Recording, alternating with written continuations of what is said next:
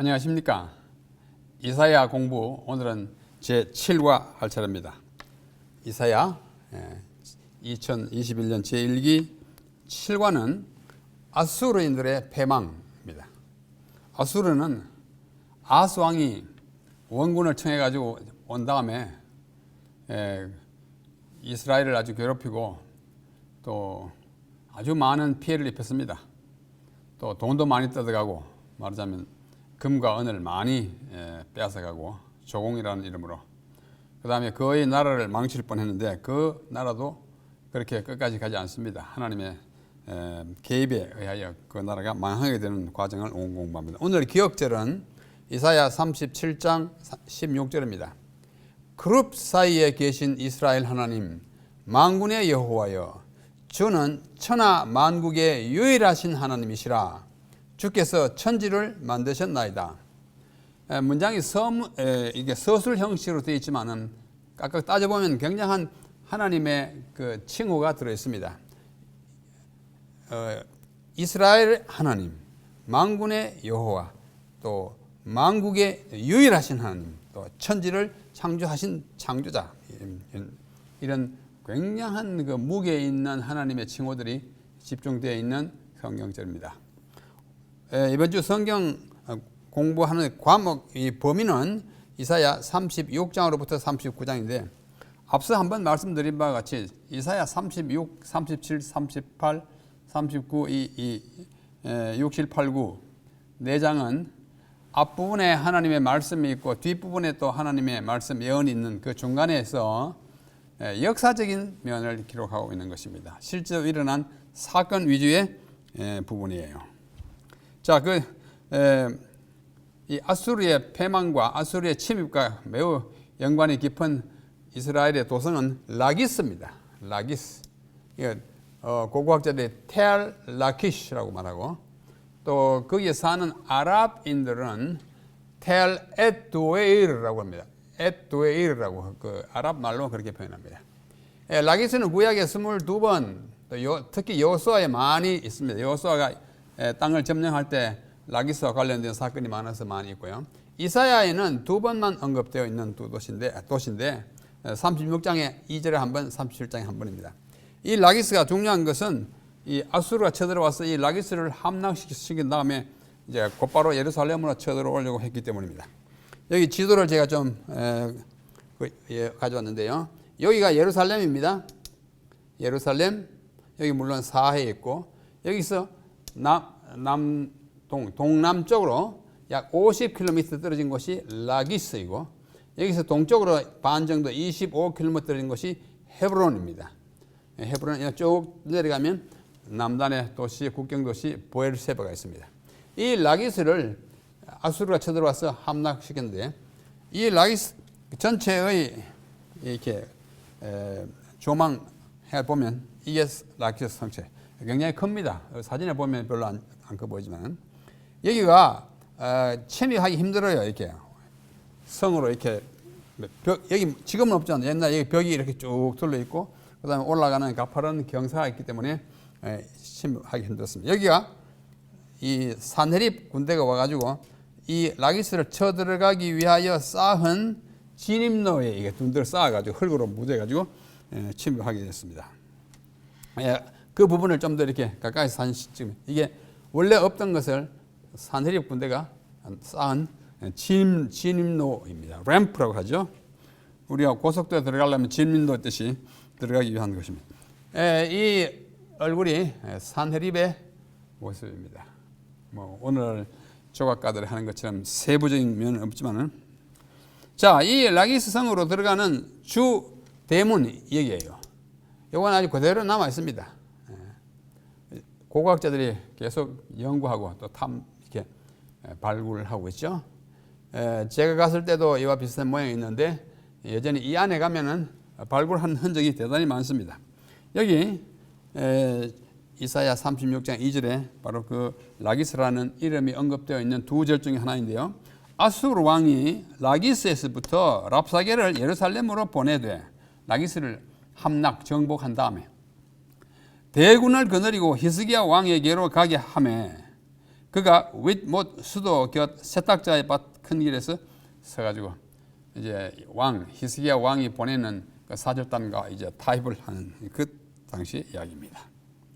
그런데 이 라기스를 포위하여 함락시킨 그 당시에 전황이랄까 상황을 아주 자세히 이렇게 그림으로 묘사한 그 부조가 있어요. 부조라고 하는 것은 도돌새김으로 불룩불룩 튀어나오게 만든 조각입니다. 이것을 라기스 포위 부조, The Siege of Lachish Relief라고 영어로 그렇게 표현합니다. 이걸 발견한 사람이 이분이에요. 이분은 영국의 고고학자 오스틴 헨리 레이얼인데요.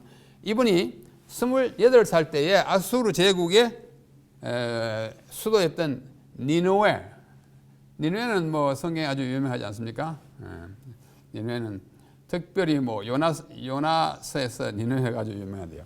그 니느웨에 현대는 그 니느웨를 쿠윤직이라고 합니다. 쿠윤직.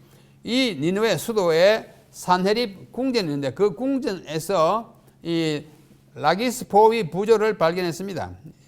이때 고고학 발굴을 한 때는 1845년에서 한 2년 동안 한 사이에 했는데 그 길이가 자그마치 12m예요. 생각해 보십시오. 12m 얼마나 깁니까? 길쭉하고 이 높이는 2m 250cm. 우리 키보다 좀 큰 이렇게 쫙 있는 것이 거기서 발견되었습니다. BC 701년에 산헤립이 유다를 침공합니다. 그 전에도 왔지만은 산헤립이 두 번째 침공한 것이 701년이에요. 산헤립이 유다를 침공하여 난공불락의 도성 라기스를 아까 보셨다시피 이게 전부 경사로 돼서 잘 침입 못합니다. 침하면 위에서 뭐 이렇게 돌멩이로 큰 돌멩이로 이렇게 때리면 되니까요. 그것을 공격하는 장면을 이 부조가 담고 있어요. 그 장면을 그 석고 벽화로 쫙 그려 놓았습니다. 부조는 이제 도돌새김이라고 그러죠. 불룩불룩 튀어나오게 한 그림인데 아주 세밀하게 그린 연화 장면이 연결 쭉 되어 있는 연화입니다. 이것이 현재는 런던에 있는 영국 박물관, 흔히 뭐 대형 박물관이라고도 합니다만은 영어 이름에는 대가 없습니다. 그냥 브리티시 뮤지엄이에요. 그래서 저는 영국 박물관에 소장되어 있는데 이사야 36장과 37장 그리고 역대하 20, 32장에 산헤립이 어떻게 이 라기스를 침공해가지고 함락시켰는지 그 이야기를 생생하게 이 그림이 묘사하고 있습니다. 고고학은 이 레이어드 같은 고고학자가 고고학하지 않습니까? 성경의 역사성과 정확성을 밝혀주고 확인해 줍니다. 그래서 성경 고고학은 대단히 중요한 학문입니다. 성경이 비역사적 문서이거나 설화에 불과하다고 하는 사람들이 많은데 그것이 아니에요. 성경은 진정한 역사인 것을 일단 고고학적 발굴을 통해서 우리는 재확인할 수가 있습니다. 자, 이것이 라기스 포위 부조입니다. 길이가 얼마요? 12m. 높이가 2.5m예요. 이게 쭉 했습니다. 이거와 이거는 똑같은 거예요. 보시면 아시겠지만, 이거는 약간 이렇게 볼록하게 되어 있고, 그냥 쭉 펴인 것입니다. 이 장면이에요. 좀 더 세부적인 장면을 보여드리면, 이게 보다시피, 사람들을 막 잡아갑니다. 잡아가서 이 낙타가 뭐 물건 싣고도 피난도 가고 도망도 가고 포로도 해가지고 막 가는 장면이에요. 또 여기 어머니가 아이들을 데리고 얘들 아빠겠죠. 이렇게 마차 타고 어디에 잡혀가는지 도망가는지 그 장면의 상황을 자세히 이게 울퉁불퉁하니까 이게 릴리프라고 합니다. 또 이거는 이제 아수르 군인이고 이 사람들은 그게 라기스에 살던 유대인이죠. 이렇게 눕혀놓고 발에다가 다리에다가 큰 이 고문을 가하는 장면. 아수리인들이 아주 모집니다. 또 라기스 사람의 목을 자르는지 하여튼 뭐 이렇게 아주 나쁜 모습을 하고 있습니다. 그 다음에 이게 포예요. 뭐 총 나가는 포가 아니라 벽을 무너뜨리는 이걸 가지고 공성퇴, 성을 공격하는 퇴는 큰 이런 뭐 나무나 쇠로 만든 이 큰 뭐랄까요 이 공격 무기예요. 여기서 사람들이 이걸 뒤로 이렇게 했다가 꽉 밀면 성에 이제 성벽에다 꽉 갖다 막히네요. 이걸 공성퇴라 그러는데 영어로는 battering ram이라고 그래요. 배틀을 한다는 것은 이렇게 부순다, 쳐서 무너뜨린다는 뜻이고 배틀. 그 다음에 램은 숫양이에요. sheep, 양 있잖아요. 그 숫양을 특별히 할 때 램. 이 부수는 숫양이라고 일컬어지는 이유는 이렇습니다. 이게 배틀이에요. 공성태인데요. 이걸 사람이 뒤로 당겼다가 밀면 이것이 이게 램이잖아요. 숫양. 아까서 벽에 꽝 부딪히면 그 한 뭐 10번 소원하면 성에 금이 가고 무너지게 하는 이게 공성태. 성경에 딱 3번 나옵니다. 에스겔서의 4장과 21장 20장. 공성태가 이런 것입니다. 이 사람이 이제 뭐 고함을 지르면 여기서 이 사람 두 사람이 밀면 앞으로 나가서 빵빵 치는 공성태 모습이 아까 그 모습이었어요. 우리는 다시 한번 전에 보여드린 신아수르 제국의 마지막 왕들, 여기 10왕이 있어요. 자, 디글랏빌레셀, 그 다음에 불은 디글랏빌레셀과 같은 왕인데, 디글랏빌레셀이 한 2년 동안 바벨론도 통치했어요. 그래서 바벨론에서는 이 왕을 성경에 불이라고 그러고, 아수르에서는 디글랏빌레셀. 같은 사람이니까 한 사람, 두 사람, 세 사람, 네 사람, 5사람, 6사람, 7, 8, 9, 10. 제가 사람 다 이름 다 쓰지 않았어요. 요 아슈르 우발리스 2세는 마지막 왕입니다. 609년에 망했어요. 이 마지막 10왕 중에 산헤립, 바로 요 왕 시대에 일어난 사건이 이사야 36장, 37장 그간에 있는 일입니다. 그래서 BC 이 산헤립은 705년에서 681년까지 다스렸는데 유다를 침공하는 이야기가 성경에 잘 나와 있습니다. 굉장히 많은 장을 차지하고 있습니다.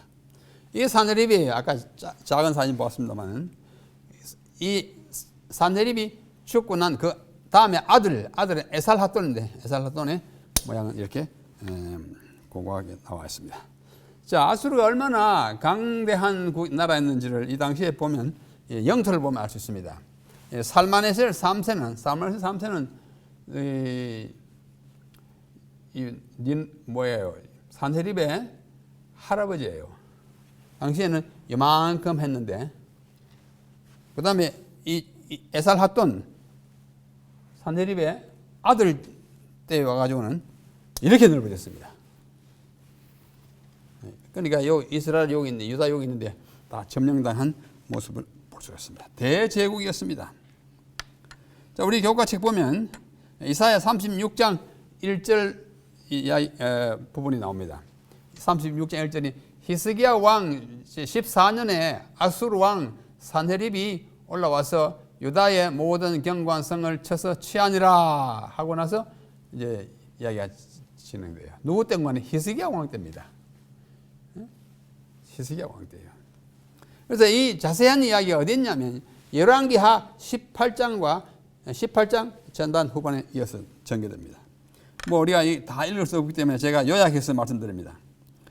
이때는 언젠가니 이스라엘 왕 호세아, 이스라엘의 마지막 왕이 호세아예요.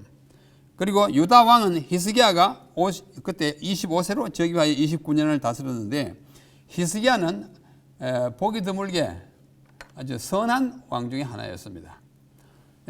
남방 유다에 20왕이 있고 북방 이스라엘에 19왕이 있고, 이 나라가 분리되기 전에 통일왕국에 3왕이 있는데요. 이 전부 합쳐가지고 42명의 왕이 있어요. 그 중에 성경이 말하기를 하나님의 보시기에 선하더라라는 말을 한 번이라도 들은 사람은 8명밖에 없습니다. 나머지는 전부 여호와 보시기 악했다, 그 선조를 따라서 행하지 않았다, 다윗과는 다르게 살았다, 뭐 이렇게 돼 있어요. 히스기야는 착한 왕 중에 하나입니다. 이 히스기야는 다윗의 행위와 같이 여호와의 보시기에 정직히 행했다. 산당을 없애고 주상, 기둥으로 된 것과 목상을 깨뜨리고, 어떻게요? 모세가 만든 놋뱀을 부수고, 놋뱀을 왜 부순가?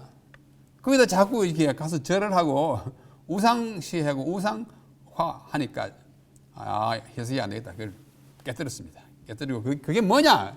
너후스탄이다. 너후스탄 히브리 말로 놋이에요. 그 놋덩어리가 거기다 갖다 절하면 어떻게 해요? 제2계명 위반이 하고 다 없애버렸습니다. 아주 적극적으로. 그래서 아수르 왕을 배척하고 블레셋을 쳐부수고 그래 히스기야 4년 즉 호세아 7년에 아수르 왕 살마네셀 5세가 사마리아를 공격하여 3년 후 만 2년 조금 넘은 3년 후에 그 사마리아 성을 함락시켜서 북방 이스라엘을 완전히 망가뜨려 놓습니다. 그게 BC 722년 히스기야 6년 호세아 9년 끝입니다. 살마네셀이 이스라엘 백성을 아수르에게 강제 이주시킵니다. 전에 한 말씀 드렸는데요. 강제 이주 데려다가 막 데려가고 수천 명, 수만 명 데려가고 거기 있는 백성을 또 이따 갖다 이식하고 이렇게 해서 민족을 이렇게 섞어버려요. 유대인들은 그거 굉장히 싫어합니다. 순수한 걸 싫어합니다. 이것은 이스라엘이 여호와의 말씀을 준행치 않고 언약을 배반했기 때문이라고 이 열왕기하 기자가 말하고 있습니다. 그 다음에 같은 18절 13절로 16절을 보면 히스기야 14년 다시 말해 714년 이때 산헤립이 첫 번째 침공합니다. 이때는 산헤립이 아직 왕이 아니에요. 그 아버지가 왕 때인데 장군으로서 와가지고 이스라엘 유다를 침공하는데 히스기야는 막 쳐들어오니까 할 수 없이 사죄하고 조공을 바칩니다.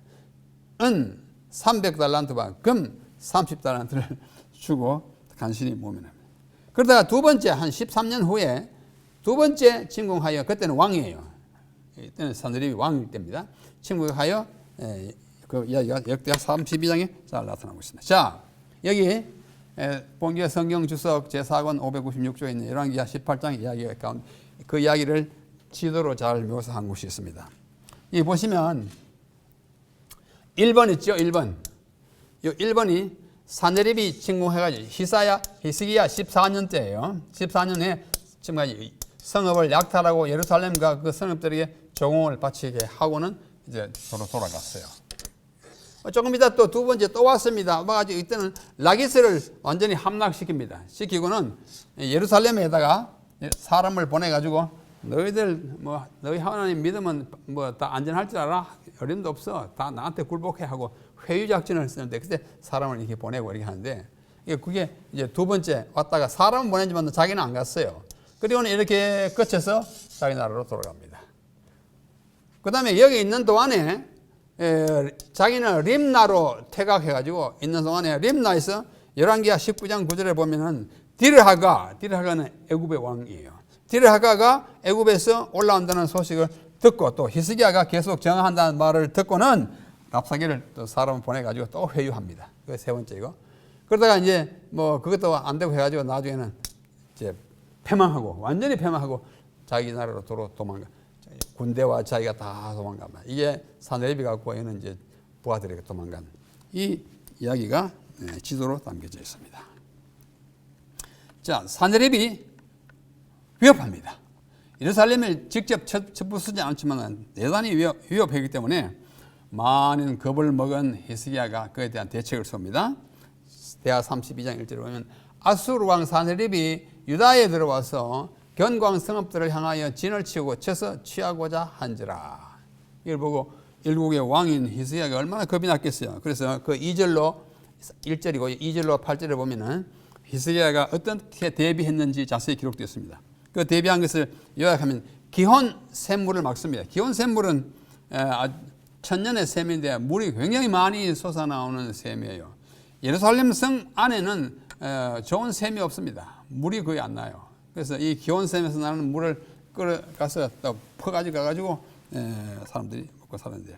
만약에 산헤립이 들어와가지고 그 막아버리거나 그 기온샘에 물 길러 갈 수 없게 만들어보면 이 안에서 목이 말라 죽게 생겼어요. 그래서 이 막아가지고 다른 사람이 글로 쳐들어오지 못하게 막고 성과 망대를 중수하고 병기와 방패를 생산하고 백성을 크게 격려합니다. 여호와는 우리를 도우신다 했더니 막 왕이 나가서 막 사자후를 토하니까 백성들이 저기 안심합니다. 근데 이 산헤립이 라기스를 공격하고 히스기야를 조롱하는 이야기가 여기 나와요. 너희들 누굴 믿고 그래? 나한테 와서 빨리 굴복해. 이렇게 막 하나님을 욕하고 백성들을 야유하는 이야기가 여기 조롱하는 이야기 나와요. 그래서 히스기야가 몸이 달아가지고 선지자 이사야와 함께 하나님께 기도합니다. 그랬더니 한 천사가 내려와서 아수르 군대를 파멸해요. 산헤립은 고국으로 도망하여 그의 신, 아수르의 자기가 섬기는 신이 니스록이라는 신이 있었어요. 그 신의 신전에 들어가 경배할 때 그의 두 아들 아드람멜렉과 사레셀 두 아들이 그를 칼로 찌개서 죽이고 다른 아들 셋째 아들 에살핫돈이 이 뒤를 이어 왕이 됩니다. 얘들 둘은 이제 아버지를 죽였으니까 뭘 도망가 버리고 셋째 아들이 왕위를 차지하게 됩니다. 그래서 히스기야가 기온 샘물을 예루살렘 안으로 그 물을 끌어들이는 이야기가 역대하 32장 30절에 나오는데요. 이것이 참 굉장히 중요한 그 당시의 전략이었어요. 그래서 히스기야가 판 터널이 있어요. 그 다음에 그 실로암의 그 모든 역사를 기록한 명각 인스크립션이 발견됐는데요. 오늘 그 고고학 이야기를 좀 하려고 합니다. 자, 여기는 1300년경에 이탈리아 시칠리아에서 이제 그려진 건데요. 구약에 있는 여러 선지자들의 이야기를 그림으로 그린 것인데 이거는 산헤립의 이야기예요. 자, 오른쪽부터요. 천사가 하나님 보낸 천사가 여기 산헤립의 군대를 한꺼번에 다 죽입니다. 18만 5천 하룻밤 다 죽였어요. 죽이니까 산헤립이 겁이 나가지고 이 산헤립입니다. 그 부하 두 사람과 함께 각각 말을 타고 도주합니다. 가운데는 산헤립이 도주해요. 그 다음에 가가지고 아수르에 가서는 이건 산헤립이고 이건 아까 아드람멜렉과 거의 두 아들이에요. 그 아버지를 죽이는 장면. 산헤립에 관한 이야기를 그 많은 이야기를 중요한 장면을 이렇게 연화로 연결된 그림으로 그린 1300년경의 그림입니다. 재미있는 그림이라고 할 수 있습니다. 그래서 역대하 32장 30절에 보면 지금부터 이제 고고학 수업을 좀 하겠습니다. 저는 고고학을 매우 중요한 과목이라고 생각해가지고 구약을 공부한 동안에 상당히 많은 시간과 세월을 보내서 고고학 현장에도 많이 방문하고 또 공부를 하고 또 책도 번역하고 또 책도 쓰게 되었습니다. 이 32장 30절에 보면은 이 히스기야가 또 기온의 윗샘물을 막아 바깥에 흘러가기를 막아 그 아래로부터 다윗성 서쪽으로 곧게 끌어 안으로 들였어요. 히스기야가 그의 모든 일에 형통하였더라. 그런데 왕하 20장 20절에 보면은 조금 더 구체적으로요. 히스기야의 남은 사적과 그의 모든 업적과 저수지와 수도를 만들어 물을 성 안으로 끌어들인 일은 유다왕 역대지락이 다 기록되지 않았냐. 여기는 그냥 끌어들였다 그러는데 열왕기 기자는 뭐하고 뭐요? 저수지와 수도를 만들었다. 이게 아주 중요해요. 성경에는 어떤 기자는 좀 간단하게 말하고 어떤 기자는 더 자세하게 말하는데 여기 저수지가 나옵니다. 저수지는 뭐 히브리 말로 브레카라고 이것은 연못을 말합니다. 연못. 조그마한 물이요. 풀 같은 거예요. 그 다음에 수도는 수로, 채널, 터널, 이렇게 물이 흘러가도록 터널을 판 거예요. 그래야 안으로 들어올 거 아니에요. 바깥으로 흘러가는 걸 안으로 들어서 안에 있는 사람은 마시고 바깥에 있는 사람은 못 마시게 하는. 그래서 이와 같이 히스기야는 급수 정책에 성공합니다. 그러지 않으면 포기해버리면 뭐 한두 달 가면 다 목말라 죽게 생겼잖아요. 급수, 물을 공급하는 이 정책에 크게 성공해가지고 그래서 히스기야는 영적으로 하나님께 매달리고 선지자를 통해서 기도하고 그 다음에 생활 면에서도 실제적인 면에서도 위기에 대변한 이 수도를 판 일을 합니다. 이게 히스기야 터널입니다. 터널. 그야말로 억제 같은 돌 안으로 파 들어갔어요. 어떻게 받는 거 아니에요? 보세요. 아까 그 기온 샘물은 여기에요. 기온 샘물에서 이건 전부 지하 바위 아니에요. 파가지고 이렇게 꾸불렁 해가지고 여기 오면 실로암 연못이 나와요. 이거 기온 샘물이 물 흘러 이쪽으로 가버리면 바깥으로 가고 이건 다 아니에요. 이게 옛날 다윗성인데요. 오벨 그 이사야 선지자의 도장이 나온 곳이 오벨. 첫째 시간에 일과 때 공부하지 않았습니까? 예. 그것입니다. 여기 성전산이고. 그래서 이 안으로 지하 한 40m 되는 그 높은 벽 안으로 들어갔어요. 이게 들어갔습니다. 자, 여기 기온샘이에요. 기온샘은 물이 콸콸콸. 연중무휴로 물이 나옵니다. 이거는 이제 바깥에서 들어올 수 있는 입구예요. 들어가면 물이 확 나가 안으로 쭉 그래가지고 이제 이 굴을 통해서 가요. 이 굴이 없던 굴을 히스기야가 팠어요. 그래서 물이 계속 올라가기 때문에 굉장히 물이 많이 나오는 뭐 장마철에는 여기 허벅지까지 물이 막 나옵니다. 그러나 평상시에는 얘도 뭐 이렇게 바지 안 겹치고 그럴 만큼 이렇게 가다 조금 깊은 데는 있어요.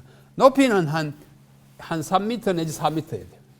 그다음에 폭은 뭐 사람이 하나 지나갈 만큼 70cm 또 아주 넓으면 한 1m 이런 길을 쭉 파고 들어갔어요. 파고 들어가가지고 이렇게 해요. 이게 지금 단면도잖아요. 여기서 기온샘에서 이렇게 물길이에요. 꼬글꼬글 해가지고 이 실로암으로 가는 것입니다. 이게 히스기야 터널로 여기 기온샘. 이건 예루살렘의 오벨 옛날 다윗성 터입니다.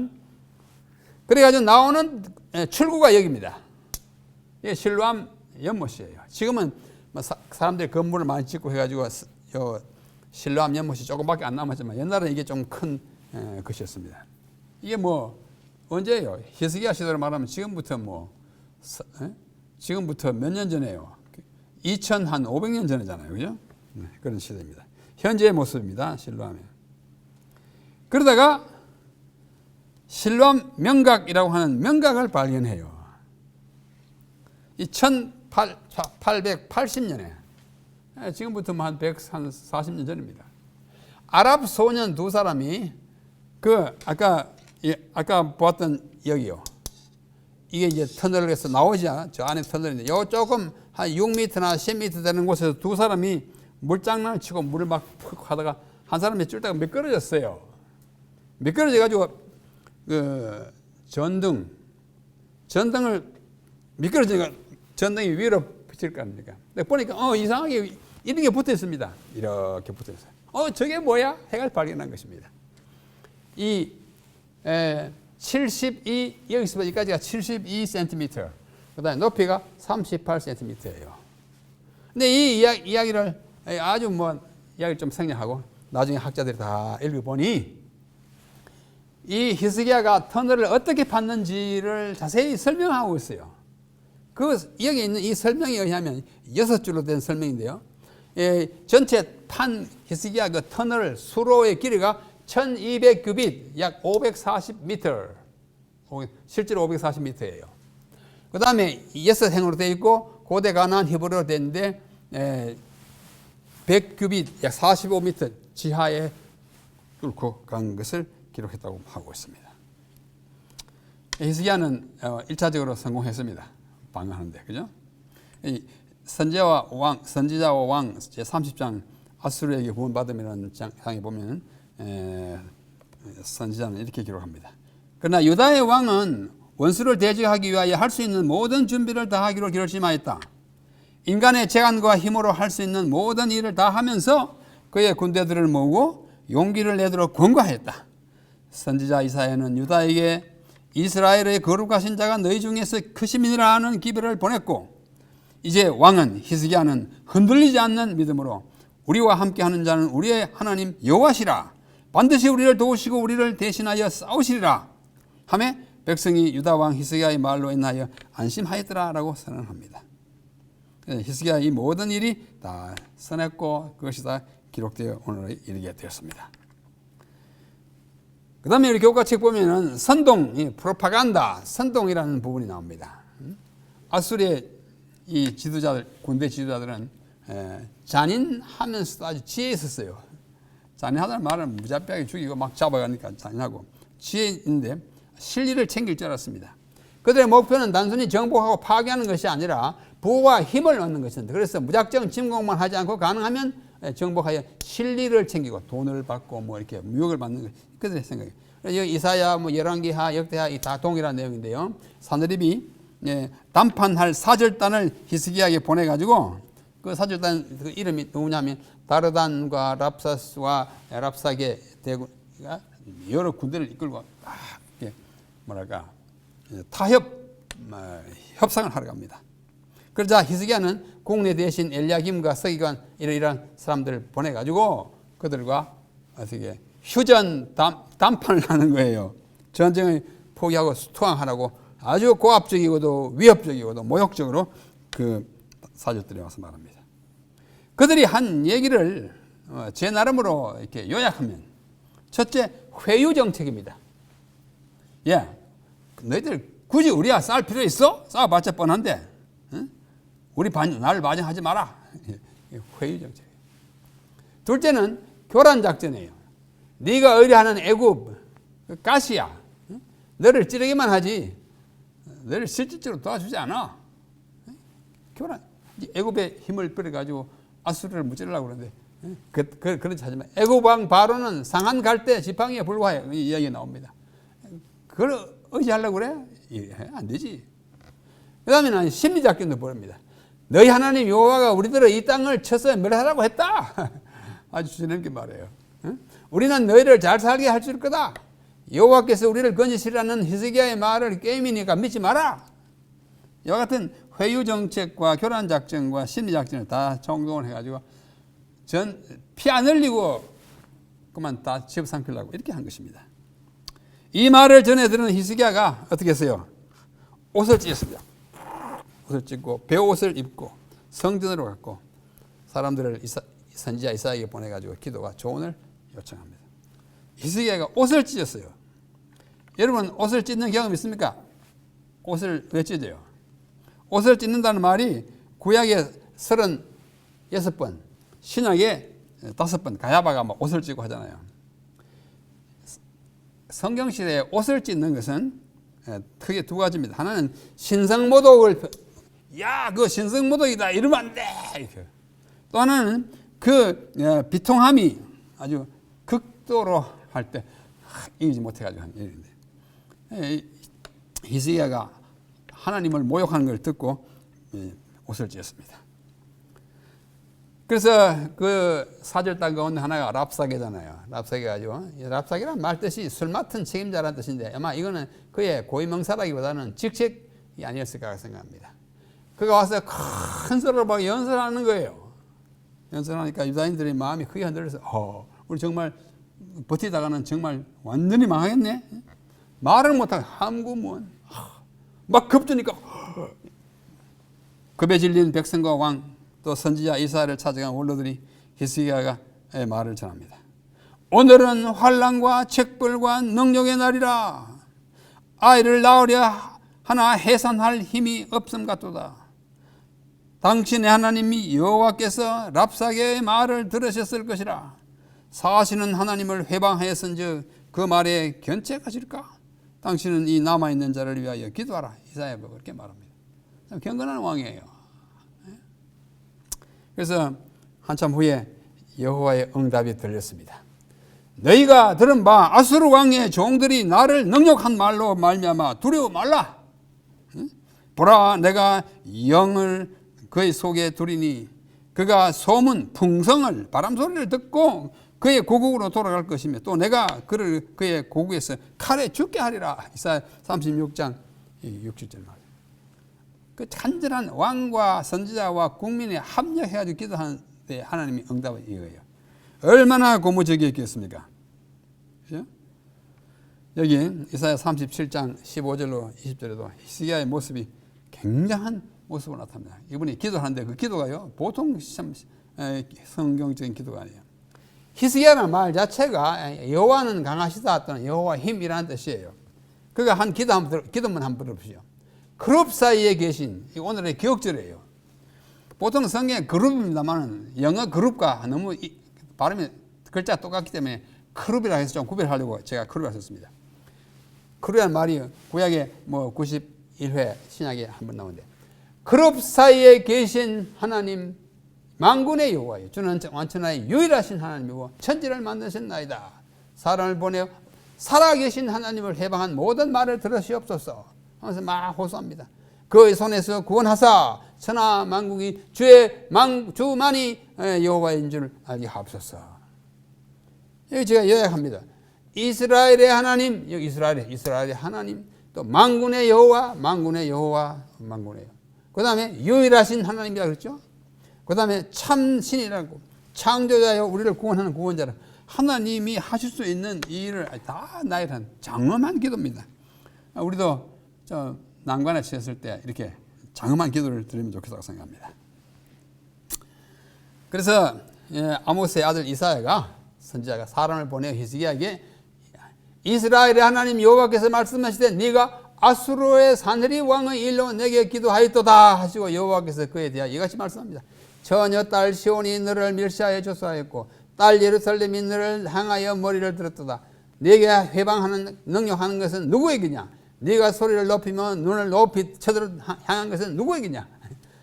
이스라엘 거룩하신 이거다. 아름다운 시예요. 제가 히브리 문학에 대해서 이야기 말씀드렸는데 앞에 두 A 처녀딸 시온이나 예루살렘이 같고 멸시하고 머리를 든 건 똑같아요.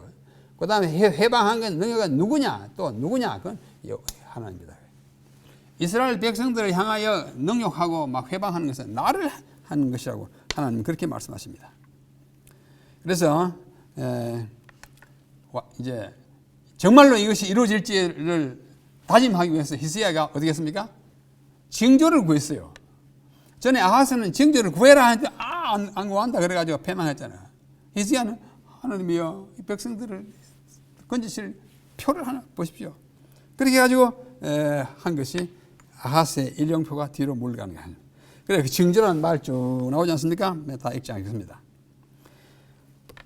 그다음 여기 또 하나의 징조가 있어요. 왕이여 이것이 왕에게 징조가 되리니 이사야가 말합니다.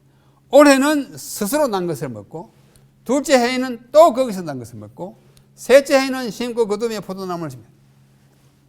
굶어 죽을까 걱정하지 마라. 물은 이제 안으로 끌어들였으니까 괜찮고 곡식 농사를 못하게 걱정하지 마라. 금년에 또 다 먹고 거기 스스로 난 것 또 먹고 다 하도록 해줄게. 그래서 이런 것들을 쭉 레위기 25년 같으면 스스로 난 것은 그때 안식년이었는데 아마 이 두 해를 농사 짓지 않고도 먹을 수 있고 굶지 않았던 것은 그 중에 한 해가 안식년의 축복을 받았기 때문이 아닐까 그렇게 생각합니다. 자 여기 제7회 안식 예수 재림교회 성경 주석 이야기했는데 오늘 각자가 다 읽어보시기를 바랍니다. 남은 자가 있을 것이라 했는데 다 죽고 남은 자가 얼마 없겠다. 그럴 정도로 이 침공이 심각했음을 우리에게 보여주는 것입니다. 자, 이 모든 일들이 그들이 어떻게 했는지를 보여주고 있어요. 그래서 이 산헤립이 도망갔잖아요. 다 자기 군사는 뭐 18만 5천에 다 주고 도망해가지고 자기의 신 니스록 신전에서 경배를 할 때 그의 두 아들이 가서 그를 죽입니다. 니스록이 뭐 어떤 신이냐? 뭐 학설이 이렇게 한 서너 가지 있어요. 니스록하고 니므롯하고 이게 히브리어 글자인데 글자가 아주 비슷하죠.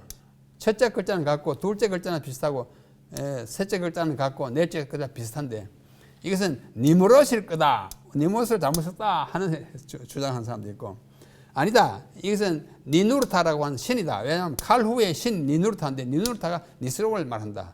탈무드에는 아니다. 판자란 뜻이다. 노아가 그 방주를 짓지 않았습니까? 방주에 나중에 남은 그 판자를 갖다가 신으로 삼은 거다. 뭐 이렇게 말하는데 또 이 독일 학자 한스 윌트베르거라고 하는 사람은 이게 다 틀렸다. 그냥 니스록이다. 이렇게 말하는 사람도 있습니다. 이게 뭐 니누르타 신을 맞다가도록. 그 다음에 이제 이야기는 병 들었다가 또 부유했다가 나중에 오는 경우입니다. 히스기야가 큰 병에 걸리죠. 그래가지고 참 기도해가지고 15년을 생명의 연장을 받았습니다. 받고 난 다음에 뭐 하도 기뻐가지고 바벨론에서 보낸 그 사자들에게 왕궁에 있는 모든 것들을 다 공개해가지고 보여줬어요. 이 병이 들었을 때에 히스기야는 첫째 벽을 향했고 둘째 기도했고 셋째 지난날의 기억에 호소하고 통곡하면서 이 긴박하고 간절한 기도를 드렸더니 하나님께서 네가 죽고 살지 못하리라 하는 그것이 도리어 바뀌어서 15년 연장을 받겠답니다. 그래서 여호와께로 또 징조를 구하죠. 곧 여호와께서 하신 말씀을 다 이루신 증거에 안 죽는다. 또 이제 자꾸 징조를 구해요. 증거 또 보아요. 아하스가 시대에 만든 해시계에 나아갔던 해그림자를 뒤로 10도 물러가게 하겠다. 뒤로 물러갈까 앞으로 가게 할까 하니까 앞으로 가는 게 쉬울 것 같아서 뒤로 하십시오. 그렇게. 이게 일영표입니다. 해시계예요. 이게 아람으로 기록되는데, 자 여기 이런 막대가 있고요. 해가 비추면은 이쪽에 있을 때는 그림자가 여기 있어. 해가 올라갈수록 이 그림자가 점점 내려가겠죠. 여기 밑에 오면 이제 정오쯤 되고, 해가 이쪽 가면 또 이렇게 오후 1시, 2시 이렇게 하는, 이게 아람어입니다. 근데 이가일 야딘이라고 하는 이스라엘의 유명한 현대 고고학자 있어요. 이분이 장군이기도 하고 한데, 이분은 여기 아하스의 해시계를 이렇게, 이거는 이제 BC 6세기의 것이고 6세기 것인데, 이거 실지는 몰라요. 이 야딘은 이렇게 해가 뜨죠. 해가 뜨면 이 그림자가 이 계단에 이렇게 비치겠죠. 이쪽에 있을 때는 이 그림자가 여기 있을 것이고, 해가 올라오면 이 그림자가 점점 한 계단, 두 계단, 세 계단, 정오가 되면 그림자가 없고, 그 다음에 오후가 되면은 어떻게 해요? 오후가 되면 이게 점점 여기서 해질 때쯤 되면 그림자가 여기 가잖아요.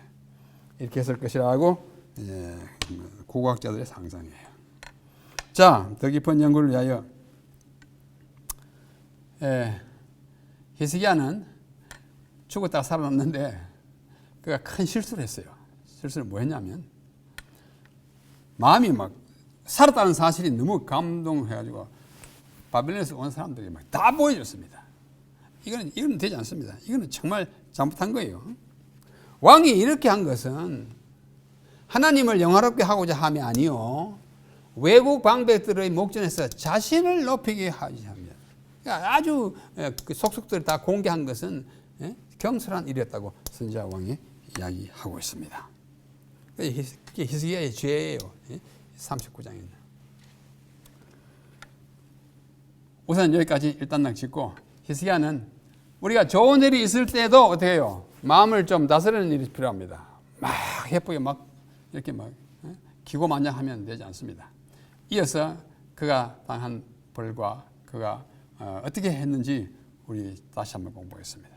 우리 제7과 여기서 일단락 짓고요. 다음 또 제8과 공부하겠습니다. 이어서 좀 더 세부적인 공부를 하고 마치겠습니다. 여러분, 이사야서 지금 아니면 언제 공부하겠습니까? 더 열심히 공부하시고 더 많은 이해를 갖게 되기를 간절히 바랍니다. 감사합니다.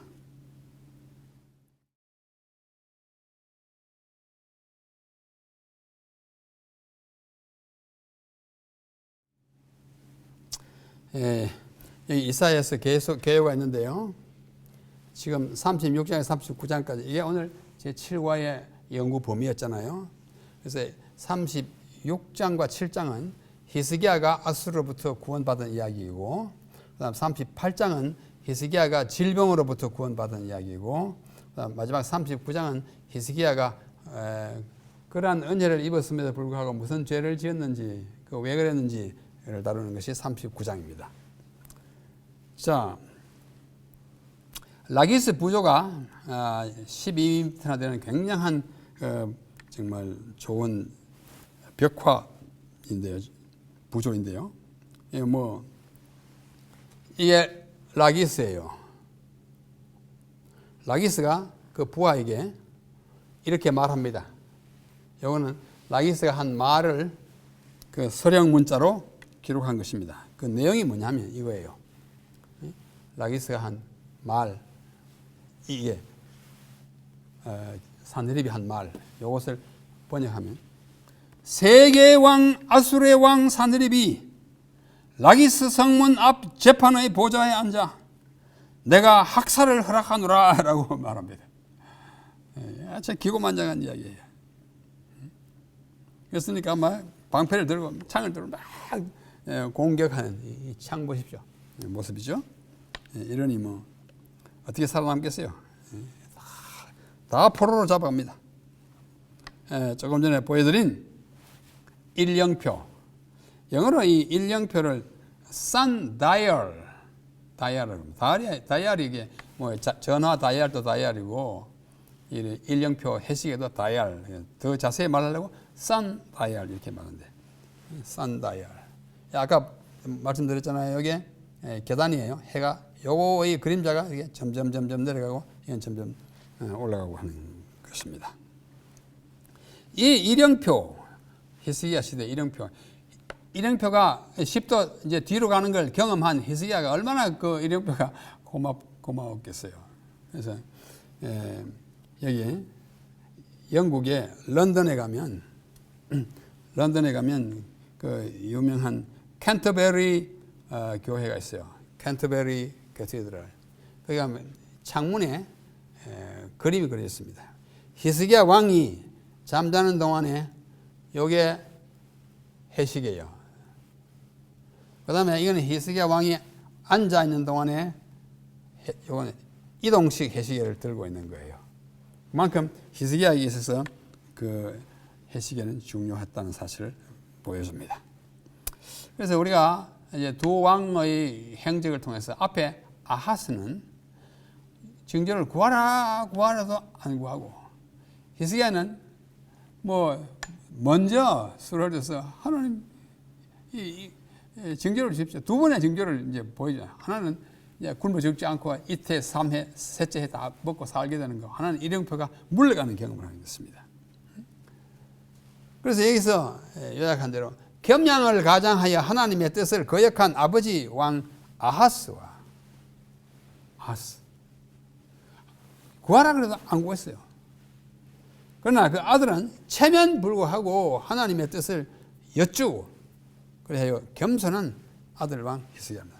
아버지와 아들이 어찌나 이렇게 다른지 오늘날도 아버지와 아들이 다른 경우가 많습니다만 여기 아하스와 히스기야는 이렇게 큰 차이를 보여줍니다. 이 아하스의 이야기가 앞에서 공부한 것을 다시 한번 썼습니다. 그래서 조금 전에 봤지만 히스기야가 드린 기도 굉장한 장엄한 기도인데요.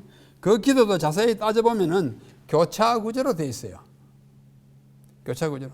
이사야 38장 10절로 20절을 잘 뜯어보면 10절, 11절, 12절로 14절, 15절로 17절, 18절로 19절, 20절이 A, B, C, C, B, A라고 하는 교차 구조를 교차 구조를 카이에즘이라고 합니다. 카이에즘 또는 카이에스무스라고 하는데요. 카이가 뭐냐면 키, CHI는 카이, 키, 헬라어의 저 뒷부분에 가면 X 같은 모양으로 되어 있는 그 글자를 헬라어로 키라고 합니다. 키를 X처럼 생긴 형태를 키이즘 또는 키아스무스라고 해요. 그래서 이렇게 교차 어떻게 이렇게 X처럼 되잖아요. 이렇게 갔다 이렇게 오니까 X처럼 됐기 때문에 카이즘을. 자, 먼저 기도를 보면 내가 음부의 문에 들어가서 생명의 단추를 막 슬퍼하고 나 다 죽게 됐습니다. 하나님 나 살려줘요. 그 다음에 둘째 분은 생자의 세계에서 사자의 세계로 가는 것을 막 슬퍼하고 있어요. 곧 죽게 됐으니까. 그 다음에 하나님이 그를 치신 그 절망의 표현이 12절이니까. 그 다음에 15절 반전되면 하나님의 회복, 새로운 헌신을 다짐하고 나오고. 그 다음에 사자의 세계에서 생자의 세계로 가는 거. 이거는 아까는 거꾸로잖아요. 그 다음에 여호와의 전에서 음부의 문에서 여호와의 전, 그것과 그거잖아요. 기쁨의 노래를 하는 거예요. 이것이 이렇게 교차 구조입니다. 이러한 교차 구조는 히스기야뿐만 아니고 이사야도 그러고 예수님도 그러고 히브리인들은 다 가지고 있는 일종의 마음의 틀입니다. 마인드세트예요. 자연스러운 표현이에요. 그래서 만약에 히스기야가 이런 조치를 취하지 않고 아수르에게 완전히 망해버렸다면 어찌 될까? 여기 선지자 왕이 쭉 기록되어 있습니다만 만약에 정복했다면 산헤립이 예루살렘을 정복했다면 유다인들이 아수르로 강제 이주당해가지고 예루살렘 시민 다 갔을 겁니다. 그 사람들 그걸 하는 지식을 해요. 그래야 예루살렘도 사마리아처럼 이방화되고 혼혈 백성이 될 것이에요. 그 다음에 메시아의 조상으로서의 유다 왕조가 그 혈통이 끝나버려요. 그 다음에 인간 구원의 경륜에 큰 차질이 생겨서 하나님이 다른 방법을 쓰지 않으면 안 됐을 것입니다.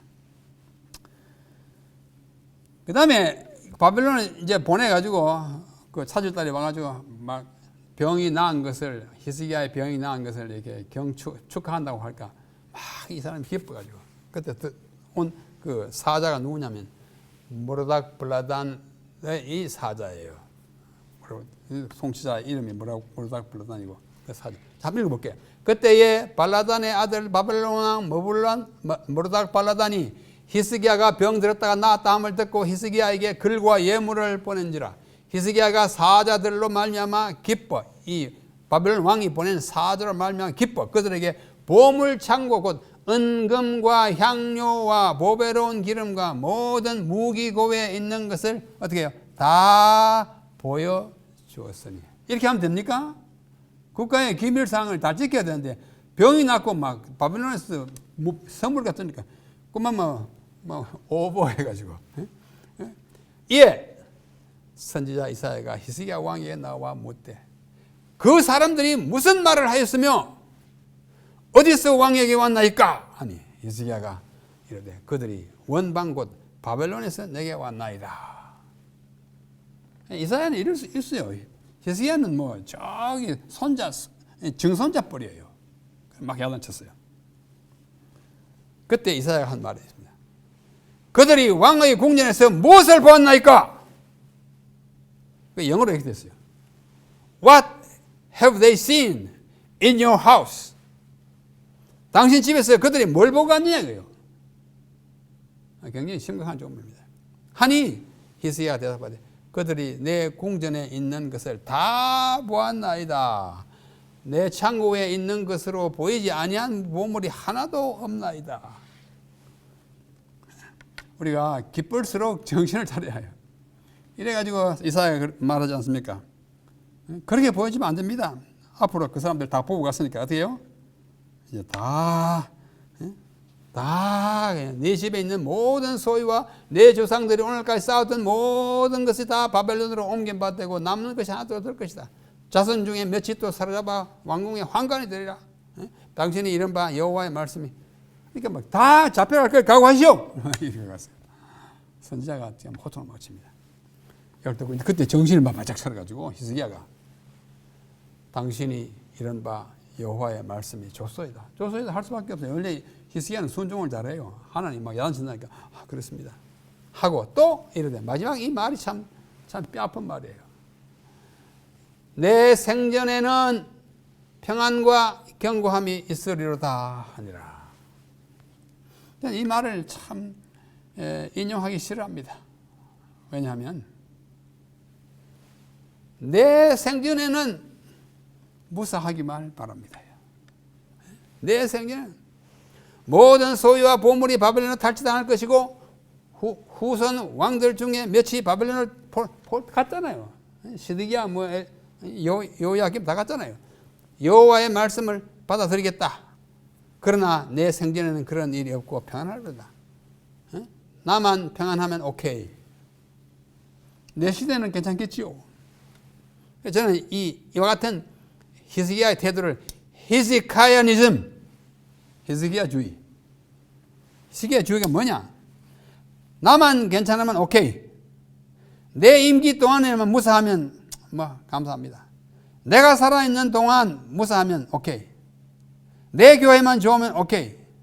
내 부서만 잘 되면 오케이. 이거 다 히스기야니즘이에요. 우리는 다 잘 돼야 됩니다. 서로 다 잘해야 돼요.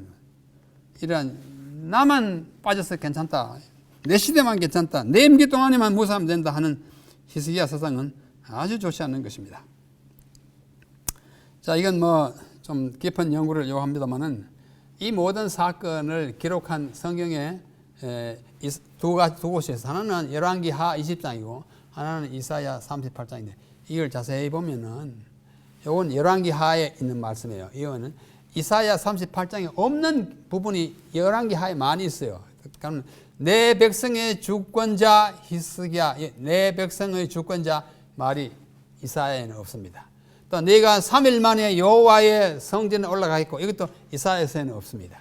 나를 위하고 또 내 종 다윗을 위하여라는 말도 열왕기에 있는데 이사야에는 없어요. 그 다음에 또 그게 히스기야가 이사야에게 이르되 여호와께서 나를 낫게 하시고 3일 만에 여호와의 성전에 올라가게 하실 무슨 요 말이 또 없어요. 그 다음에 해 그림자가 10도로 나아갈 이것도 없어요. 열왕기에만 있어요. 열왕기 하에만 있어요. 그 다음에 선지자 이사야가 여호와께 간구함이라는 말도 없어요. 뭐 이런 것들은 우리가 좀 깊은 연구할 때 참고가 되지 않을까 생각합니다. 자, 이것이 실로암 명각 아까 본 것입니다. 그래서 수도를 만들었다. 그래서 혹시 여러분들이 앞으로 이미 본 분들은 뭐 잘하셨고 예루살렘에 가시면 히스기야 터널을 꼭 보십시오. 이 이사야 36, 7, 8, 9장을 손으로 만지는 듯이 확실하게 깨닫고 올 것입니다. 그런데 이제 히스기야 터널이 이제 쭉 됐고요. 이게 실로암 못이잖아요. 이 실로암 명각이 원래 여기 이렇게 붙어 있었어요. 근데 아까 그 아이들 둘이, 아랍 소년 둘이 딱 보고는 막 신고했더니 그 골동품상에서 이걸 갖다 다 파내가 갔습니다. 없기 때문에 지금은 가면 이 모조품을 갖다 이렇게 대신 갖다 박아놨어요. 그거에다가 이제 설명을 해놨습니다. 이건 진짜 아니에요. 진짜는 아까 본 것이 진짜입니다. 이게 진짜예요.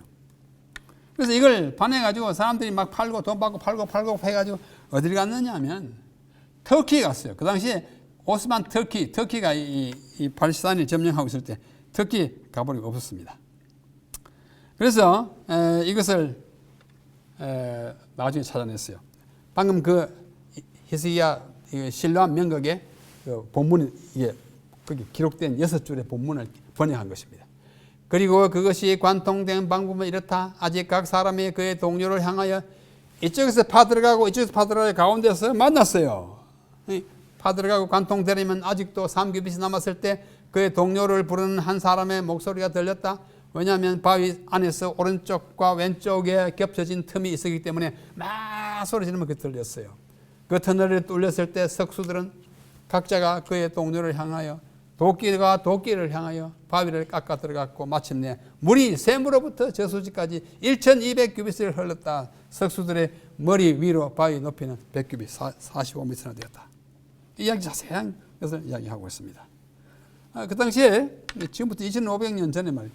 이쪽 파고 들어가지고 그 높이가 이렇게 많은데 이게 이렇게 하지 않고 이렇게 하지 않고 이렇게 가운데 만났어요. 제가 당시에 공법이 얼마나 정확하고 정교했는지를 그 얘기를 하고 있습니다. 자, 마지막으로 이것이 이제 가가지고 터키로 갔어요. 터키의 수도는 앙카라이고요. 가장 큰 도시가 이스탄불에 가면 고고학 박물관이 있습니다. 있는데 거기에 들어갔다는 소문을 들었어요. 한 고고학자. 그 고고학자 누구냐면은 우리 재림교회의 위대한 고고학자 지크프리드 혼 박사예요. 저는 혼 박사는 직접 들은 이야기에서 아마 사실일 겁니다. 이게 이스탄불에 있는 터키 고고학 박물관 정문입니다.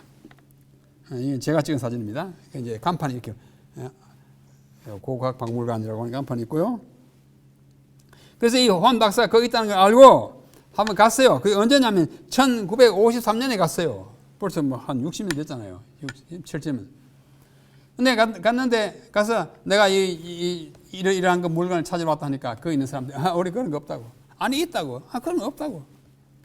그러면 당신 들어와 찾아보라고. 그래서 한낮을 내내 찾았어요. 많은 그 돌멩이들이 있는데 이따가 몇 시간 만에 그걸 딱 찾아냈어요. 바로 이거라고. 그래요? 이게 그렇게 중요한 겁니까? 그게 너무 많이 산책해가지고 중요한 걸 모르고 있었어요. 그래가지고 그걸 가지고 이제 갔더니 이제는 그때 이후로 그 박물관에 이 실로암 명각을 철판으로 이렇게 딱 커버를 덮어 씌워놨습니다. 이게 제가 찍은 사진이에요. 그 안에서. 이거 뭐 아무도 못 만지고 못 가져가게. 이게 그 요 밑에 설명해놨어요. 그만큼 중요합니다. 중요하기 때문에 예루살렘 그 시장이 2007년에 그 실로암 명각을 반환해 줄 것을 요청하는 편지를 써보냈더니 이 이스탄불의 그 시장이 우리는 줄 마음이 없습니다. 우리 시대에 가져왔기 때문에 못 줍니다. 정원하면 그걸 그대로 레플리카 복쇄 뭐라고 하면 그걸 똑같이 복제품을 들을 수 있어도 물건은 절대 안 줍니다. 지금까지 이스탄불에 있습니다. 그 신문 기사 이야기예요. 하나님의 말씀은 1.1획도 틀림이 없습니다. 역사 기록은 있는 그대로 발생한 것이고 왕들의 치적은 그들이 한 그대로 있는 것입니다. 모쪼록 우리 하나님의 말씀에 대한 깊은 신뢰를 가지고 아수르가 쳐들어와서 망했다 하면 망한 거예요. 너희가 앞으로 살아날 거다 하면 살아나는 거예요. 주님 오시겠다 하면 오시는 거예요. 그럼 우리가 하나님을 믿고 말씀을 믿고 이 난세에 마음 평안하게 하나님 말씀하신 대로 모든 일이 이루어진다는 확신을 가지고 살아가시다가 그분이 약속하신 대로 오시는 우리 주님을 다 맞이하게 되시길 바랍니다. 이 이사야서 공부를 통하여 특별히 말씀에 대한 확신을 더 공고히 하게 되기를 간절히 바라면서 오늘 말씀을 마치겠습니다. 감사합니다.